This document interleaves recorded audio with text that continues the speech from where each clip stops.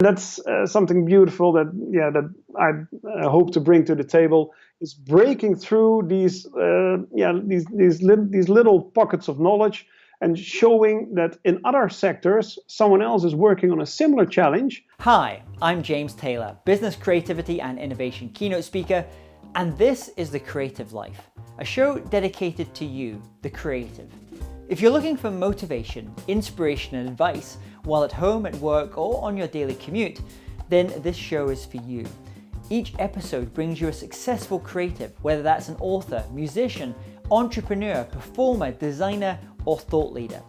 They'll share with you their journey, their successes, their failures, their creative process and much, much more.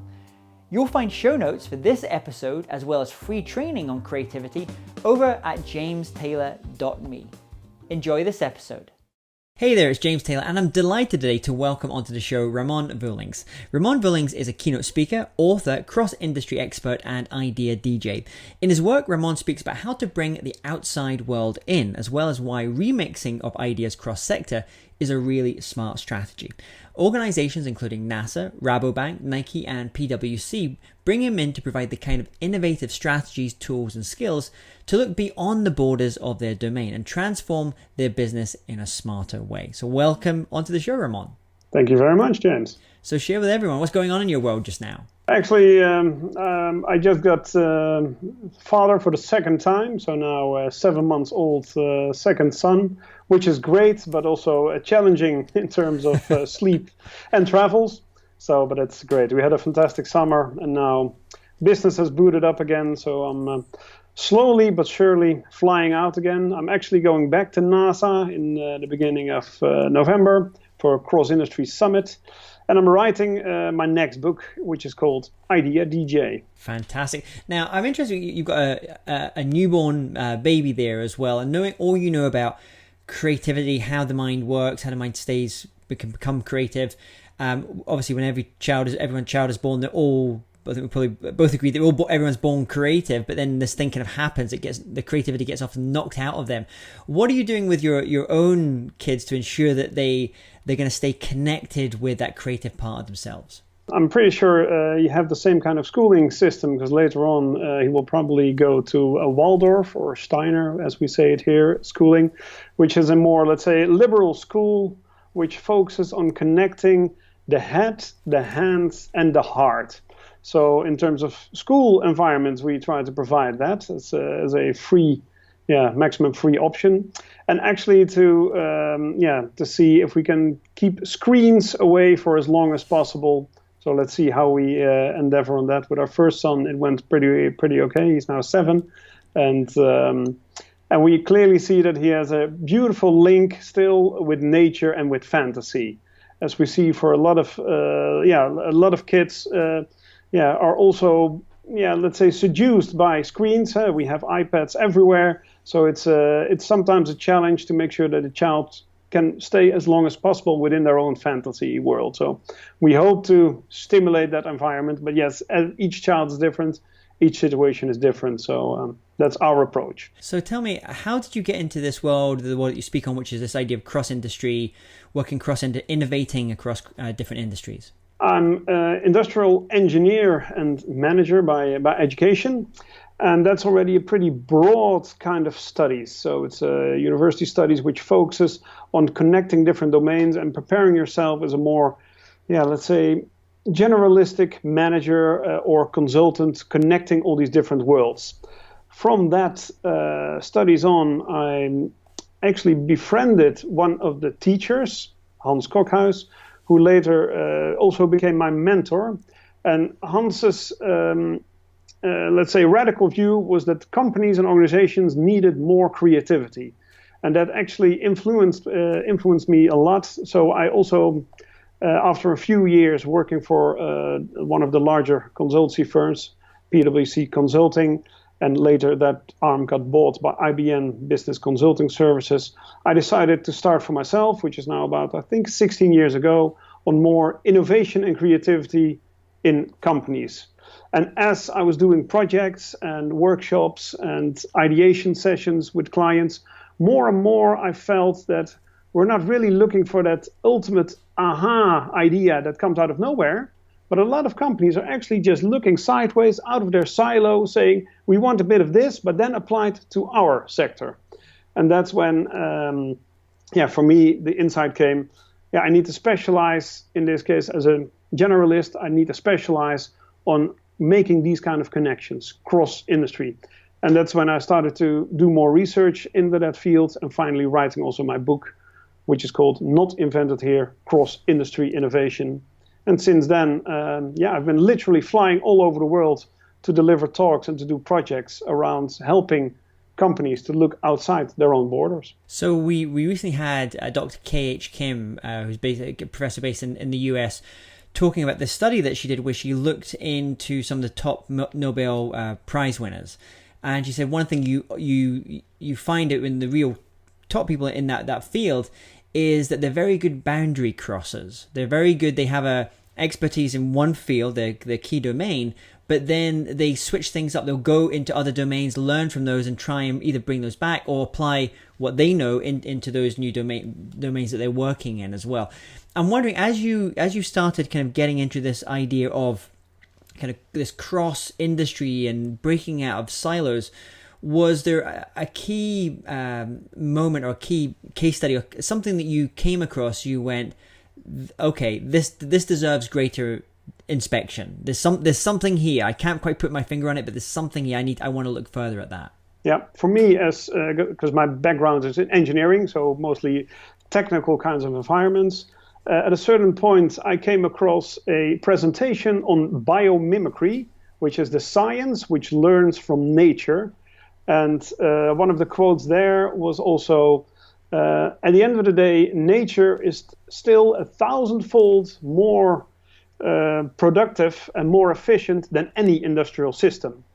And a few of the key examples there, of course, one of the classic examples is the kingfisher beak of the little bird that inspired the Shinkansen, the high-speed Japanese trains, and also in Africa that they used the concept of a termite hill to make a more passive air conditioning system into larger construction. So in Nairobi, there actually was a building constructed with a passive air cooling system modeled after the way that termite hills also are able to keep their temperature stable, even though outside, in the middle of the desert, during the day it gets incredibly hot, and in the night it freezes. But still, they manage to keep that temperature at a steady rate by making a special tubing system, without any engine, of course, and everything. So that's actually a beauty in terms of a technical trigger. I thought that's absolutely brilliant to see. This is a very elegant way of looking at,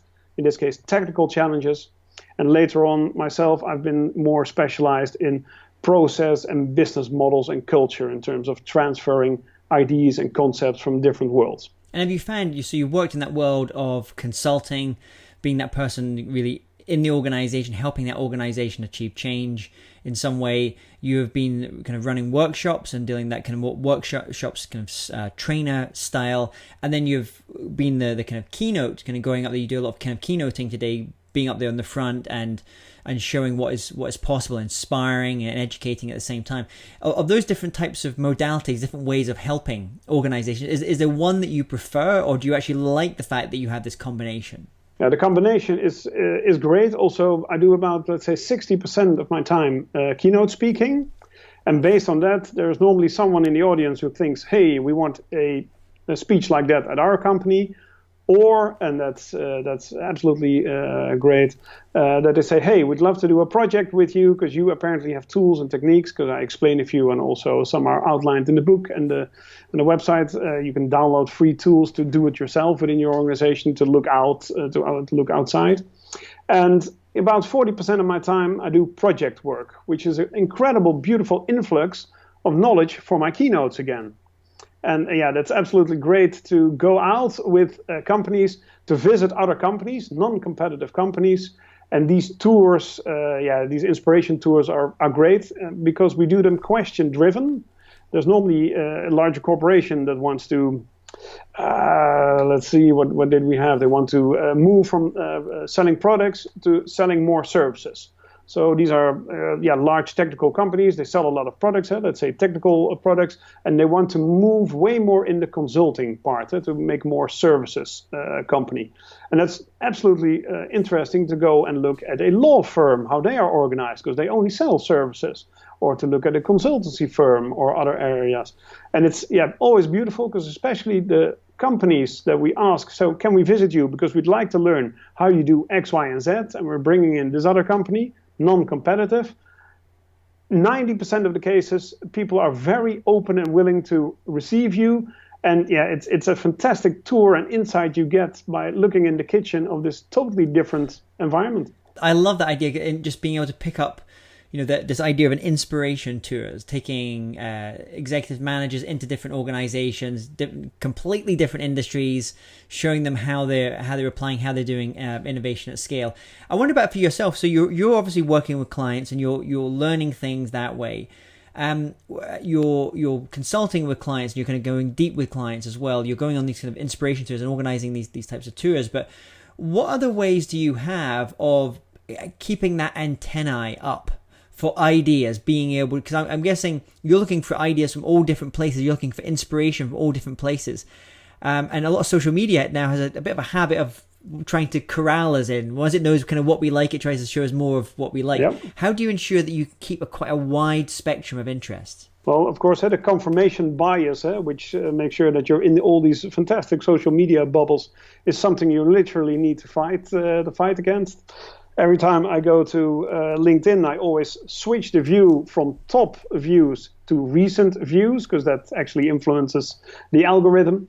And I still get a lot of my insights via books. There are fantastic books written on all kinds of beautiful things, like what can managers learn from drug dealers? What can a classic one is also what you can learn in terms of leadership from more, let's say, sports, extreme sports, optimization, process optimization. So I actually read quite a few books.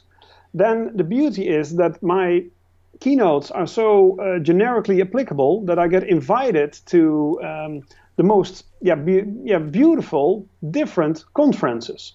Last, I was invited at the European Hearing Aid Conference in Vienna, and what I try to do is to stay the whole day, to be there the whole day, to also learn, because in many cases there are many specialists actually presenting all kinds of new things happening in the sector or technology being used there. And then my talk is or at the beginning or at the end, usually to open up the mind and to give a broader view. And because I get invited to so many different companies and conferences, it's an incredible learning pool for me. How also I was at the trucking, the international trucking event, and then they show the latest trucks. Then I was at the global financing event for new financial solutions. It's absolutely beautiful to see how people in different sectors and different environments are in many cases dealing with similar challenges, but just giving that different names or different wordings. And we call that jargon. So that's absolutely beautiful to see that I can learn a lot, and also that virtually 80% of sectors have the same kind of challenges, only they use different words to describe their challenge. You're going and finding those different places. And so talking about challenges, can you talk in terms of your own personal work and how you've developed as a speaker and as an author, as a consultant, a time when you were working on something and it didn't work out necessarily like you'd hoped? And more importantly, what was the lesson that you took from that experience? Well, quite a few. We tried all kinds of different ways. Also, we are with a small team of eight people, a boutique consulting company. And as we were starting, but this is then 15 years ago, we of course tried different ways to reach clients, to figure out ways on how we could get a share of the innovations we would help and everything. One of the let's say cooler things we developed was visual support for ideation. So if we're going to do a brainstorm, we did that actually for Carl Zeiss, the lenses company in Eastern Europe, in Jena. We did a session for them. That was 3 days with the marketeers and 3 days, 3 days with the engineers, and then 3 days with the marketeers based on the ideas we would come up with. And to do that, we had prepared a whole set of beautiful visuals to trigger people to come up with new ideas, to combine whatever you could do with glass and optics with these images. So we were totally prepared. We had 2 large screens ready to present and to help people brainstorm. But actually, if you give people, and there were about, I think, 150 people in the room, if you all give them in small teams of about 7 people the assignment to go and brainstorm, nobody looked at screens anymore. So it made absolutely no sense. We had all these beautiful pictures, but at a certain point in time, we just stopped them because no one was looking at the screens. People were discussing and generating ideas. So we thought, okay, that's a waste of the effort doing that. Let's forget about it. And then only at the end, because first we had 3 days with the engineers and then 3 days the marketeers to see their technical feasible ideas, if there would be any kind of product market combination or something. And at the end, the international management team got flown in. So these people were jet lagged and they flew from all over the world, also from Silicon Valley. And they were pretty tired, but they had to listen to all these beautiful pitches. Now, the pitches were then prepared on large flip overs and everything, but yeah, they were missing the actual, the schwung, the essence of the ideas. And that's when we thought, hey, we should help these guys out because they were trying to do their utter best, and also the management team was trying to do their best to pay attention with a lot of coffee, actually. And the key was to see, they're just not able to convey the message. Well, actually, the idea is beautiful. It was about data storage in glass and all kind of cool ideas.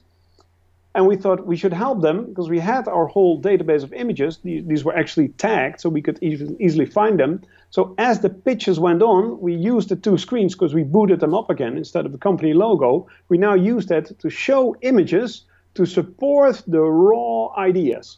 And that actually helped to get the attention back from the whole audience, and especially from the management team, saying, that's what you use with what you mean with storage or using this and that.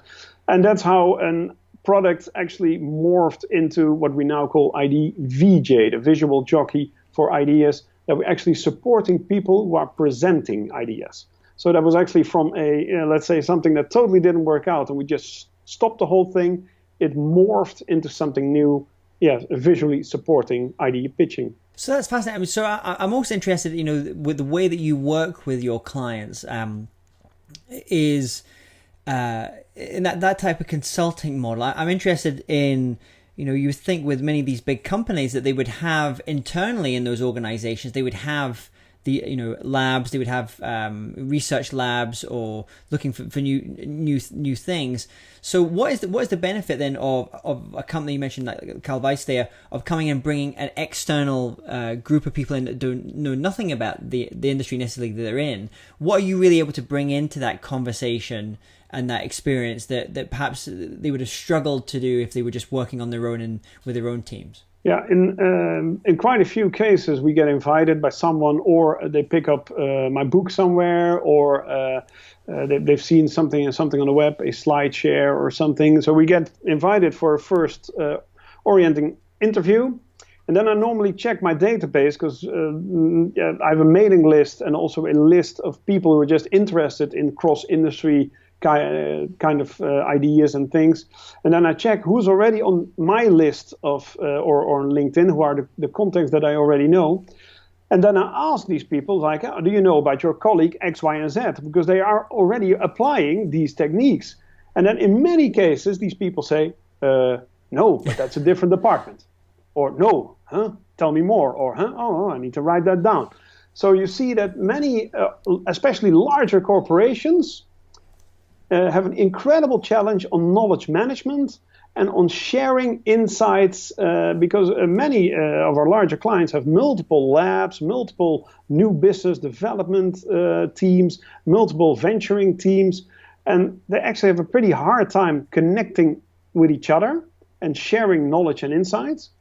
Even the ones that have centralized departments still have that kind of challenge. And also, in many cases, the people are so accustomed to how things work in their sector, everybody knows about the TLAs, the 3-letter acronyms. And actually, if you know what the TLA means, then you're in the sector. If you have no idea, you're outside. So one of the examples I usually check with clients, do you know what a CRM is? And then people say, yeah, it's a customer relationship management. We do that, blah, blah, blah, blah, blah.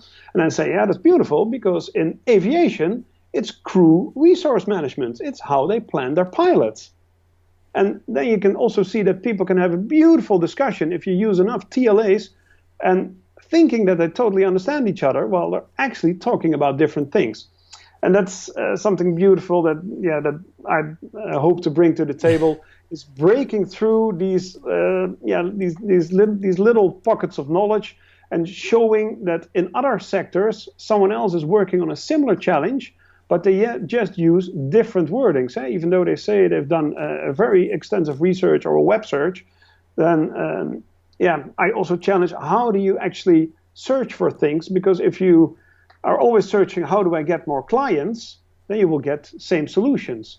But if you search for how do I get more patients, or how do I get more students, or how do I get more passengers, this might actually bring you a wealth of ideas. It's almost like this idea where I had interviewed recently Warren Berger, who wrote a great book called A Beautiful Question. He said sometimes it's just a more beautiful question. Asking a better question, asking a different question. It will take you spending those brainstorming sessions, first 10 minutes, brainstorming the question rather than brainstorming the answer. So as you've been kind of developing this business, actually, one of the things you just mentioned there was this idea of the challenge with knowledge management. You have all these perhaps silos who are doing their own innovation work in one way or the other, but they're not really talking to each other. I was recently speaking with someone from the TED team in New York, and they've now started these internal TED events like TEDx. I think maybe PwC, actually mentioned PwC. I think they have one, and you'll have TEDx, Coca-Cola, TEDx, IBM, TEDx. They have all their internal ones, because they were figuring out that it's great to have those events where someone like you or I would come in with ideas, but they have this huge knowledge base in there as well, that those ideas aren't just getting to the surface. And also sometimes by them, someone going up there and giving a 18-minute talk on their topic, which maybe other people in the organization don't know about, is a great way to find an evangelist in the organization for that idea.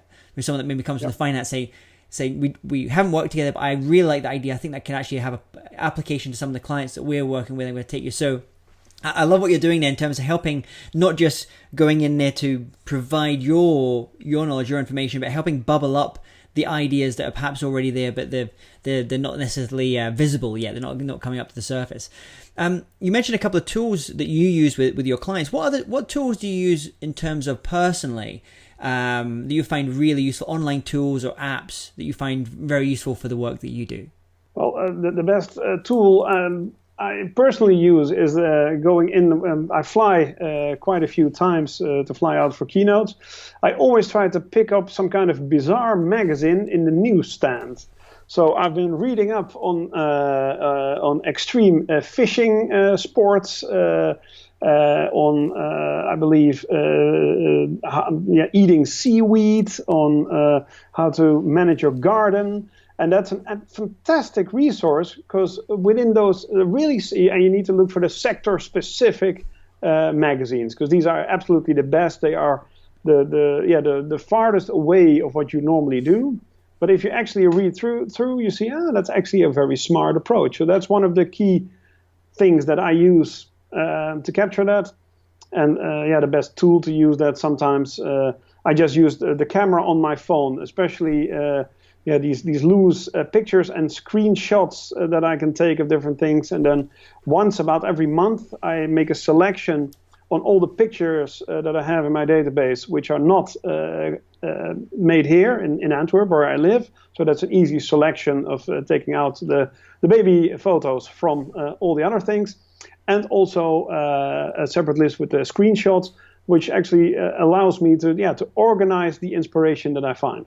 Fantastic. And if you were to recommend not one of your own books, but a book by another author, it could be on this area that you're speaking about, which is around innovation, around creativity. What would that book be? I would say Steal Like an Artist by Kleon. It's also where I've based a lot of the ideas of my own book, The Not Invented Here, on. And actually, a more beautiful question by Berger is also my chapter number 3. Focuses totally on challenging questions, and I use a lot of the insights from Warren as well for that. So, but my advice for everybody is to read Steal Like an Artist from Kleon, which is a fantastic small book with major insights on how your creative process works. It's a great book, and obviously he talks a lot about remixing, as do you. You talk a lot about this idea of remixing ideas. Sometimes things don't necessarily have to come from nowhere. You can remix from different areas. And what about if you were to recommend an album or a book, album or a record? What would that album or record be? All That You Can't Leave Behind from U2, because there are a few beautiful songs in there. I used to live in Paris as well. The cover is shot in at that point. The Charles de Gaulle airport was recently renovated, so that's on there. And it's also beautiful. Also, as you are crossing borders, all that you can bring is all that you can't leave behind. I think that's a beautiful, combination. Fantastic. We'll put all these links here as well for everyone. And a final question for you. I want you to imagine, Ramon, you have to start again. You have to start from scratch. So you've got all the skills, all the knowledge, all the frameworks that you've developed over the years, but no one knows you. You know no one. You have to restart things. What would you do? How would you restart? I would absolutely start to write a book directly, but probably what I would first do is to write the paragraphs per blog post. I would start a new blog and just writing every day one paragraph of my ideas and things as they are developing. So by the end of the year, you should have a book. So, and that's a beautiful starter, because I also see in my business that I've written now 3 books, that the books are a fantastic business card into also your, let's say your credibility, because people can actually read what your thinking is, literally. And it's just it's a very beautiful business card that has a life of its own. So I would start a blog, do a blog post of a paragraph every day, and at the end of the year, I would have a book and just start from the beginning. And if people want to reach out to you to learn more about you and your work, and also about the books, where's the best place for them to go and do that? You can easily type in ramonvullings.com or ideaDJ.com. So idea and then DJ.com. Fantastic. Well, Ramon, thank you so much for coming on today and sharing the story about your creative life and all the work you're doing into helping all these companies around the world to innovate, to take ideas from other industries, to remix things, to mix things up a little bit. Thanks so much for coming on the show today. Thanks a lot, James. If you're interested in living a more creative life, then I'd love to invite you to join me as I share some of the most successful strategies and techniques that high-performing creatives use. I put them all together in a free downloadable ebook that you can get by going to jamestaylor.me. That's jamestaylor.me to get your free downloadable ebook on creativity.